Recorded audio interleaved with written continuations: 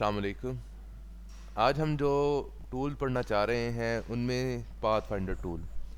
Pathfinder tool हमें यहाँ पे ये ऑप्शन नज़र आ रही है, ये पाथफाइंडर टूल है। अगर यहाँ पे हमें ये नज़र नहीं आती तो हम लोग इसको विंडोज़ में तलाश करेंगे। विंडोज़ में हम देखते हैं कि पाथफाइंडर कहाँ पे है। तो यहाँ पे हम लोग ये देखें, ये हमारे पास पाथफाइंडर टूल है और इसकी शॉर्टकट की है shift control F9। Shift control F9 press करेंगे तो हमारे पास पाथफाइंडर टूल आ जाएगा। तो ये हमारे पास पाथफाइंडर टूल है और पाथफाइंडर टूल की तमाम ऑप्शन हमें नज़र आ रही हैं, जिसमें सबसे पहले यूनाइट है, उसके बाद माइनस फ्रंट है, इंटरसेक्ट है, एक्सक्लूड है, डिवाइड है, ट्रिम है और मर्ज है, crop, outline and minus back. ये बुनियादी तौर पे जो है ना वो हमारे पास पाथफाइंडर की तमाम टूल्स हैं जिनको हम लोग मुख्तलिफ तरीके से यूज़ करना सीखेंगे आज। इनको सीखने से पहले हमारे पास एक और चीज़ है जिसको हम लोग कहते हैं स्टैकिंग ऑर्डर। कोई भी शेप हम लोग बेसिक ड्रॉ कर लेते हैं। शिफ्ट प्रेस करके मैंने एक रेक्टेंगल ड्रॉ कर लिया, इसका मैं कलर चेंज कर देता हूँ और स्ट्रोक इसका थोड़ा सा कम कर देता हूँ। इसके ऊपर मैं एक सर्कल ड्रॉ करता हूँ, एलिप्स ले लेते हैं या सर्कल ड्रॉ कर लेते हैं शिफ्ट प्रेस करके, तो ये मैंने इसके ऊपर ड्रॉ कर दिया। इसका भी मैं कलर चेंज कर देता हूँ। अब ये दो शेप्स मैंने जो क्रिएट की हैं इनको अगर आप देखें तो ये ऊपर नीचे नज़र आ रही हैं। इनको हम लोग एक दूसरे से ऊपर नीचे कैसे ऑर्डर कर सकते हैं, नीचे रख सकते हैं या ऊपर रख सकते हैं, इसको हम लोग स्टैकिंग ऑर्डर कहते हैं। इस स्टैकिंग ऑर्डर को हम लोग कैसे यूज़ करते हैं, हम लोग राइट क्लिक करते हैं इसी शेप के ऊपर। राइट क्लिक करने के बाद हम नीचे आते हैं तो ये अरेंज का ऑप्शन हमारे पास नज़र आ रहा है। अरेंज के ऑप्शन में हमारे पास ये चार मजीद ऑप्शन नज़र आ रही हैं, bring to front, bring to forward, bring to backward and bring to back. और इनकी शॉर्टकट कीज़ हमें जो नज़र आ रही हैं शिफ्ट कंट्रोल बड़ी ब्रैकेट, इसके बाद शिफ्ट कंट्रोल दोबारा bracket, shift control left bracket, shift control bracket, left bracket. इसी के साथ हम लोग इनको यूज़ कर सकते हैं। मिसाल के तौर पर मैं इस रेक्टेंगल को इस सर्कल के ऊपर रखना चाहता हूँ तो मैं इसके ऊपर राइट क्लिक करता हूँ, सेलेक्ट करके राइट क्लिक करके अरेंज करता हूँ और ब्रिंग टू फॉरवर्ड करता हूँ तो ये इसके ऊपर आ गया। तो इस तरह ये इसका स्टैकिंग ऑर्डर है। इसको हम लोग लेयर्स में भी देख सकते हैं। ये हमारे पास लेयर्स हैं। जो भी शेप हम लोग क्रिएट करते हैं वो हमें ये लेयर्स में हमारे पास एक नई जो है ना वो लेयर नज़र आना शुरू हो जाती है। मिसाल के तौर पर यहाँ पे हम लोग एक और शेप क्रिएट करते हैं, पॉलीगॉन क्रिएट कर लेते हैं। तो ये मैंने शिफ्ट प्रेस करके एक पॉलीगॉन क्रिएट कर लिया और पॉलीगॉन का कलर मैंने कोई और चेंज कर दिया। अब ये सर्कल हमारा सबसे नीचे मौजूद है। मैं यहाँ से सर्कल को क्लिक करता हूँ, वी प्रेस करके मैंने सिलेक्शन टूल ले लिया। सेक्शन टूल के बाद मैं इसके ऊपर राइट क्लिक करता हूँ और अरेंज आइकन के ऊपर आके ब्रिंग टू फ्रंट करता हूँ तो ये देखें ये सबसे फ्रंट पे आ गया। कंट्रोल जेड दबा के अनडू करता हूँ। इसी तरह मैं दोबारा इसको कंट्रोल जेड राइट क्लिक करके अरेंज के ऊपर आके ब्रिंग टू फ्रंट करता हूँ तो ये एक पॉइंट ऊपर आया, यानी ये रेक्टेंगल से ऊपर आ गया लेकिन पॉलीगॉन से ऊपर नहीं आया। जबकि इससे पहले हमने जो पहली ऑप्शन यूज़ की थी वो इसको सबसे फ्रंट पे ले आया था। अब मैं अगर इसको दोबारा एक दफ़ा अरेंज और दोबारा ब्रिंग टू फॉरवर्ड करूँगा तो ये अब पॉलीगॉन से भी ऊपर आ गया। अब इसको मैं इसी तरह स्टैकिंग ऑर्डर के ज़रिए नीचे लेके जाता हूँ। अच्छा, ये स्टैकिंग ऑर्डर हम यहाँ से भी चेंज कर सकते हैं। मैं इसको यहाँ से नीचे रखता हूँ तो ये देखें इससे नीचे चला गया। यहाँ से इस लेयर को नीचे सबसे लेके आता हूँ तो ये यहाँ से भी नीचे आ गया। ठीक है जी, कंट्रोल जेड दबा के दोबारा ऊपर आ जाते हैं। दोबारा इसके ऊपर राइट क्लिक करता हूँ, अरेंज आइकन में ब्रिंग टू बैकवर्ड तो ये पॉलीगॉन से नीचे चला गया। फिर दोबारा अरेंज करके ब्रिंग टू बैकवर्ड करूँगा तो ये सबसे नीचे चला गया, यानी हमारे स्क्वायर से भी नीचे चला गया। और इसी तरह अगर मैं अनडू करके इसको दोबारा फ्रंट पे लाता हूँ, दोबारा शेप सारी डिलीट हो गई, मैं आल्ट की प्रेस करके इसको एक और क्रिएट कर लेता हूँ और इसका हम लोग कलर चेंज कर देते हैं। इसी तरह इसको हम लोग जो है वो ब्रिंग टू फ्रंट कर लेते हैं। इसी तो हम लोग arrange icon bring to back करेंगे तो ये सबसे नीचे चला जाएगा। तो इस तरीके से हम लोग जो है ना किसी भी चीज़ की शेप की अरेंजमेंट करते हैं, ऊपर नीचे रखते हैं और उनको यूज़ करते हैं। ये तो हमारे पास हो गया स्टैकिंग ऑर्डर। स्टैकिंग ऑर्डर के बाद अब हम लोग आ जाते हैं, हमारे पास है path finder tool. Path finder tool में हमारे पास ये फॉर एग्जांपल मैंने दो शेप्स क्रिएट कर ली और इसमें सबसे पहले हमारे पास जो टूल है वो है यूनाइट टूल। अब इन दोनों शेप्स को मैं सिलेक्ट करता हूँ। सिलेक्ट करने के बाद मैं यूनाइट के ऊपर क्लिक करूँगा। यूनाइट के ऊपर क्लिक करूँगा तो ये इस देखें इसने इन दोनों शेप्स को एक बना दिया। अगर आप देखें तो ये एक बहुत ही डिफरेंट सी शेप क्रिएट होगी और इसी तरह हम लोग बहुत सारी शेप्स जो है वो इनको यूज़ करके क्रिएट करेंगे। इसी तरह हमारे पास जो है वो माइनस फ्रंट है, अनडू करते हैं, दोबारा इनको माइनस फ्रंट का यूज़ करते हैं, माइनस फ्रंट करते हैं तो देखें इसने जो फ्रंट वाली जितनी भी शेप है उसको नीचे वाली शेप में से माइनस कर दिया है। इसी तरह अगर हमारे पास यहाँ पे आ जाए तो इंटरसेक्ट है, इंटरसेक्ट को अगर हम क्लिक करते हैं तो जो पार्ट आपस में इंटरसेक्ट हो रहा है वो बच गया है, बाकी सारी शेप डिलीट हो गई है। यानी दोबारा करके देखते हैं कि जो पार्ट हमारे पास दरमियान में इंटरसेक्ट, ये ऊपर शो भी हो रहा है इस आइकन के कि जो पार्ट आपस में इंटरसेक्ट है वो फिल है, वो बच जाएगा, बाकी सारा डिलीट हो जाएगा। तो ये इस तरह हमारे पास जो है ना वो शेप क्रिएट होगी। इसी तरह अगर हम लोग यहाँ से एक्सक्लूड की ऑप्शन क्रिएट करेंगे तो दरमियान में जो पार्ट आपस में इंटरसेक्ट हो रहा है वो डिलीट हो जाएगा और बाकी शेप बच जाएगी। तो मैं इसको क्लिक करता हूँ, जो देखें जो शेप एक दूसरे से इंटरसेक्ट हो रही थी वो डिलीट हो गई, बाकी हमारे पास बच गया। इसके बाद हमारे पास एक हिडन ऑप्शन मौजूद होती है पाथफाइंडर टूल में कि हम लोग इन्हीं शेप्स को, इन्हीं टूल्स को आल्ट की के साथ यूज़ करें तो ये हमारे पास डिफरेंट बिहेव करते हैं। मिसाल के तौर पर मैं आल्ट की प्रेस करके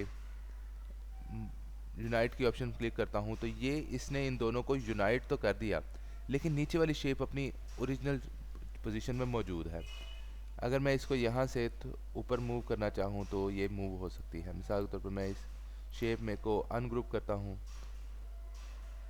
तो ये शेप हमारे पास दोनों साइड में मौजूद है, यानी नीचे वाली शेप भी मौजूद है। अगर आप देखें तो यहाँ पे एक कंपाउंड शेप हमारे पास नज़र आ रही है और इसको मैं हम लोग ऊपर मूव कर सकते हैं। ये देखें हम लोग इसकी दोबारा जो है ना सेटिंग कर सकते हैं। तो इस तरह ये एक कंपाउंड शेप क्रिएट हो जाती है आल्ट की प्रेस करके जब हम लोग किसी चीज़ को यूज़ करते हैं। इसके बाद हम लोग इसी तरह हम लोग जो है वो दूसरी को भी यूज़ कर सकते हैं।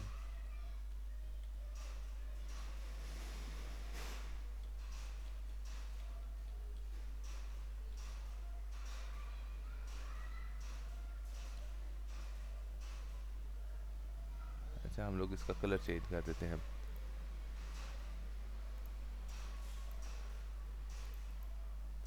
एक और रेक्टेंगल ड्रा कर लेते हैं, इसका कलर चेंज कर दिया हमने। इसके ऊपर मैं एक सर्कल ड्रा कर लेता हूँ।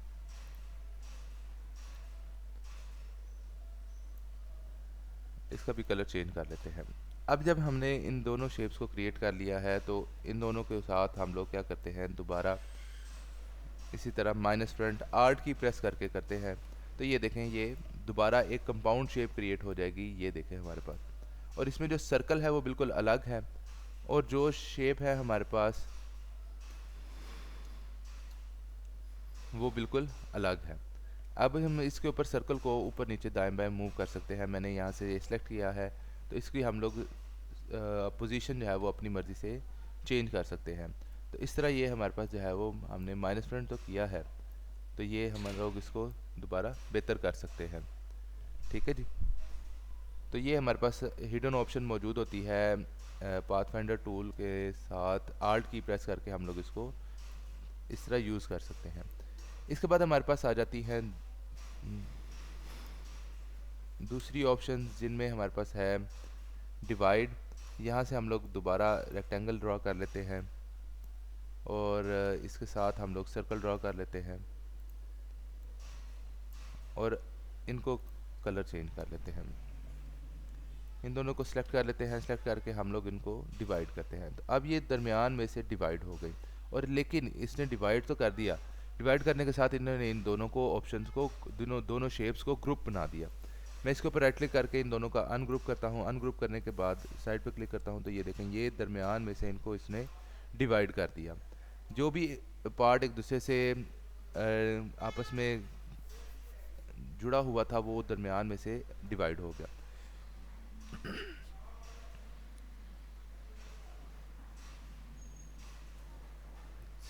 इसके बाद हमारे पास जो है वो दूसरी ऑप्शन में हमारे पास यहाँ पे ट्रिम है।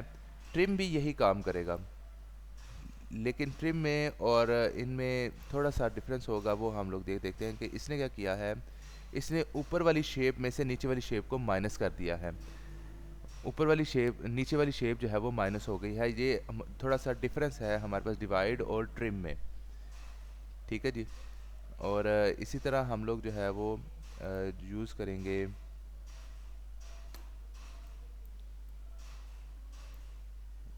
दोनों को दोबारा सेलेक्ट करते हैं और सेलेक्ट करने के बाद अब ये हमारे पास मर्ज की ऑप्शन है। अब मर्ज जब हम करेंगे तो ये देखें इसको भी उसने क्या किया है, जो ऊपर वाली जो शेप है उसमें से नीचे वाली शेप को माइनस कर दिया है, जैसे ट्रिम ने किया था वैसे ही। लेकिन ट्रिम में और मर्ज में थोड़ा सा डिफरेंस है। ट्रिम कलर भी देखता है, ट्रिम जो है वो कलर भी देखता है। मिसाल के तौर पर मैं इसका कलर जो है वो सेम कर देता हूँ। तो सेम करने के बाद इनको अब हम जो है ना ट्रिम करके देखते हैं। तो ट्रिम किया, अनग्रुप करेंगे हम लोग। तो ट्रिम करने के साथ साथ उसने इनको आपस में यूनाइट भी कर दिया है, यानी इकट्ठा कर दिया। इन जो कलर सेम थे उनको आपस में मिला दिया है। तो इस तरह हमारे पास जो है ना ये ट्रिम में डिवाइड, ट्रिम एंड मर्ज में डिफरेंस है। ये तीनों ऑप्शन इस तरह एक दूसरे से मुख्तलिफ हैं। ठीक है जी। इसमें हम लोग मुख्तलिफ शेप्स क्रिएट करने में इनको यूज़ कर सकते हैं। इसके बाद हमारे पास जो है ना वो क्रॉप की ऑप्शन मौजूद है। रेक्टेंगल ड्रा करते हैं। रेक्टेंगल ड्रा करने के बाद हम लोग इसके ऊपर एक सर्कल ड्रा कर लेते हैं। इसको हम लोग यहाँ पे रख लेते हैं और इसका कलर चेंज कर देते हैं। कलर चेंज करने के बाद इन दोनों शेप्स को हमने सेलेक्ट किया और हम लोग इसको क्या करते हैं, क्रॉप करते हैं। अब क्रॉप करने से क्या हुआ, जो हिस्सा आपस में मिक्स था उसको उसने बचा लिया और बाकी जो है वो डिलीट कर दिया। लेकिन उसके साथ जो उस ऊपर वाली शेप का जो बाकी पार्ट था उसमें उसको ब्लैंक कर दिया और उसका खाली एक पाथ दे दिया हमें। इसको हम लोग अनग्रुप करेंगे तो ये दोनों पोर्शन अलग अलग हमारे पास मिलेंगे। इनको हम लोग जो है ना वो मुख्तलिफ कलर भी दे सकते हैं। इस तरह शेप्स जो है ना वो हम लोग अलग अलग भी कर सकते हैं। इसी तरह हमारे पास जो है वो आउटलाइन की ऑप्शन मौजूद है। जितनी भी दोनों भी शेप्स हैं उनको का ये हमें एक आउटलाइन दे देगा। अनग्रुप करते हैं। अनग्रुप करके अगर आप देखेंगे तो ये शेप्स अलग अलग मौजूद हैं। ये शेप्स जो हैं वो अलग अलग मौजूद हैं, लेकिन जो है वो इनको उसने कलर वगैरह चेंज करके ब्लैंक कर दिया है। ठीक है जी।